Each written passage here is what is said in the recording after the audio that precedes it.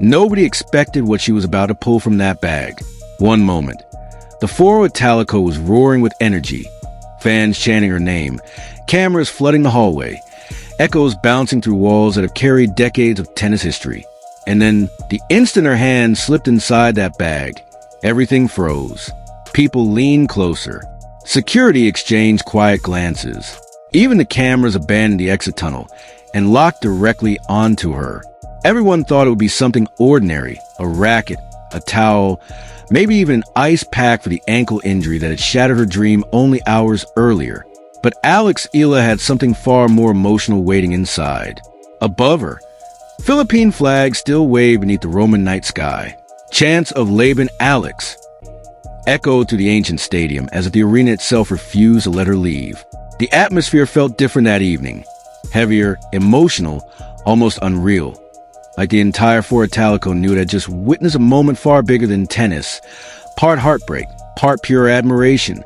Because only hours earlier, this 20-year-old from Manila had seen one of the greatest weeks of her young career slip away behind a tightly wrapped compression bandage. Every step revealed the pain she was fighting through. Yet somehow, she was still there, still smiling, still standing tall, still choosing to give back to people who had stood by her from the very beginning. Filipino fans stood shoulder to shoulder with Italian supporters outside the players' exit. Homemade posters, tennis balls, tiny Philippine flags, all clutched tightly by fans who had waited for hours in the cold Roman night. Some had traveled across countries just to be there. Others had refused to leave the grounds the entire day. They weren't expecting gifts, photos, or even attention. They simply didn't want the moment to end. And that was when Eala surprised everyone. She hadn't come prepared to receive love from the crowd. She had come prepared to give something back. No rushed autographs. No staged social media photos. Instead, she calmly reached into her bag and began pulling out neatly folded shirts, one after another. The second the fans realized what they were seeing, the entire crowd exploded with emotion. These were not ordinary tournament giveaways. They were not sponsor freebies. No shop in Rome sold them. No online store had ever released them to the public. These were her personal brand shirts, rare, exclusive, and deeply personal. Each one carried the AE emblem designed by Eala herself. But that logo represented far more than tennis. It represented identity. It represented sacrifice. It represented the journey of a young woman from the Philippines walking into spaces where no athlete from her country had ever truly belonged before. As she handed the shirts to fans one by one, phones illuminated the Roman night like camera flashes at a movie premiere. Reporters who had been rushing to finish post-match notes suddenly stopped typing altogether. Even strangers passing nearby turned around and stared, sensing that what was happening outside the Foro Italico was no longer just a sports moment. It felt personal. It felt genuine.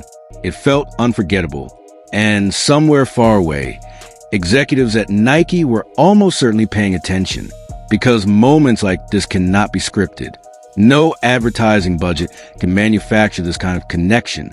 On the night of May 10th, 2026, inside the legendary Foro Italico, Eala created something bigger than a viral moment.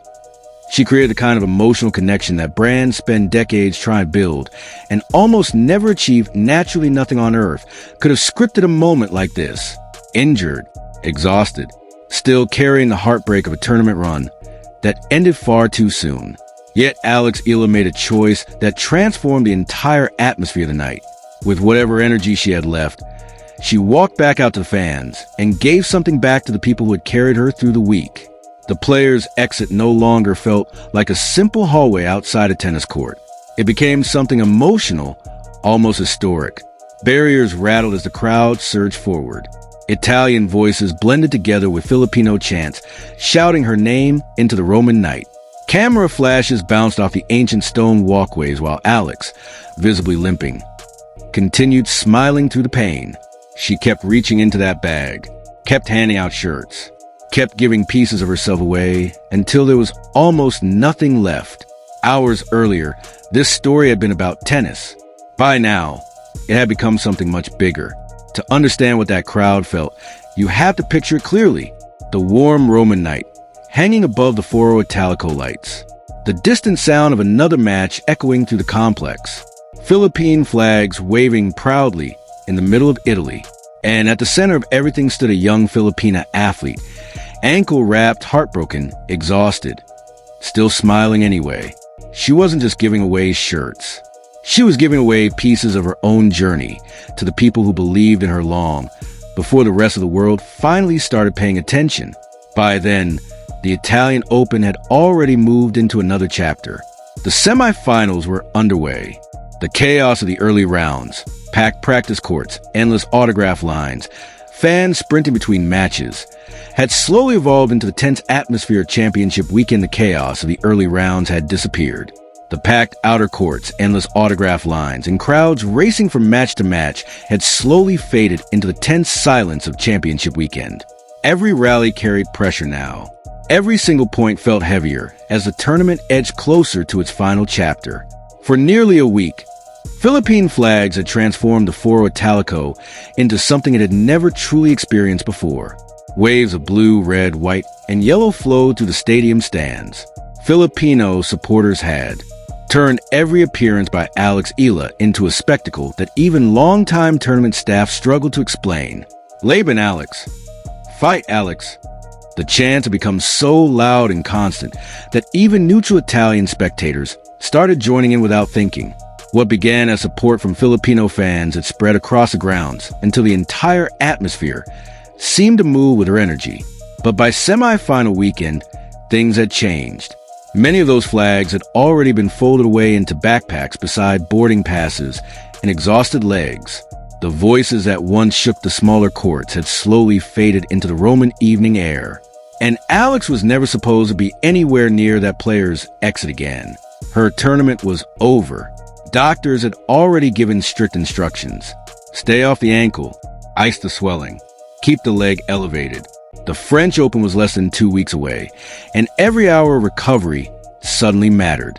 One careless movement could jeopardize Paris. One wrong step could damage the rest of her clay court season.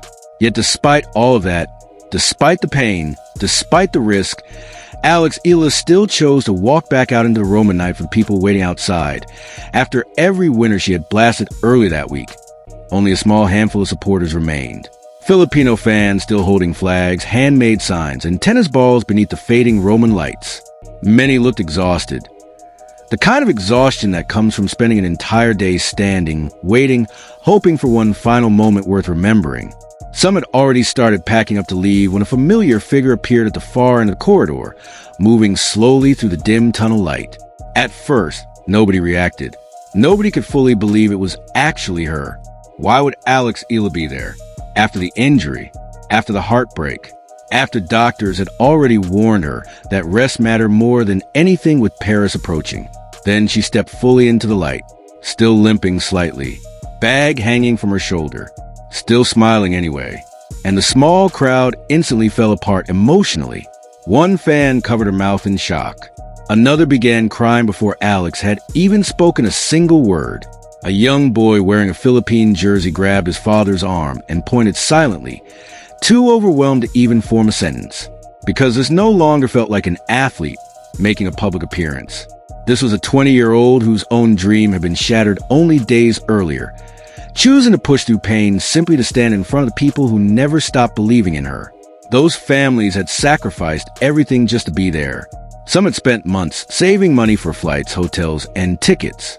Others had crossed European borders overnight by train with carefully folded Philippine flags tucked inside their bags, hoping to witness history together. And in that quiet corner of the Foro Italico, beneath the Roman night sky, Eala gave him a memory far bigger than any match result could ever provide.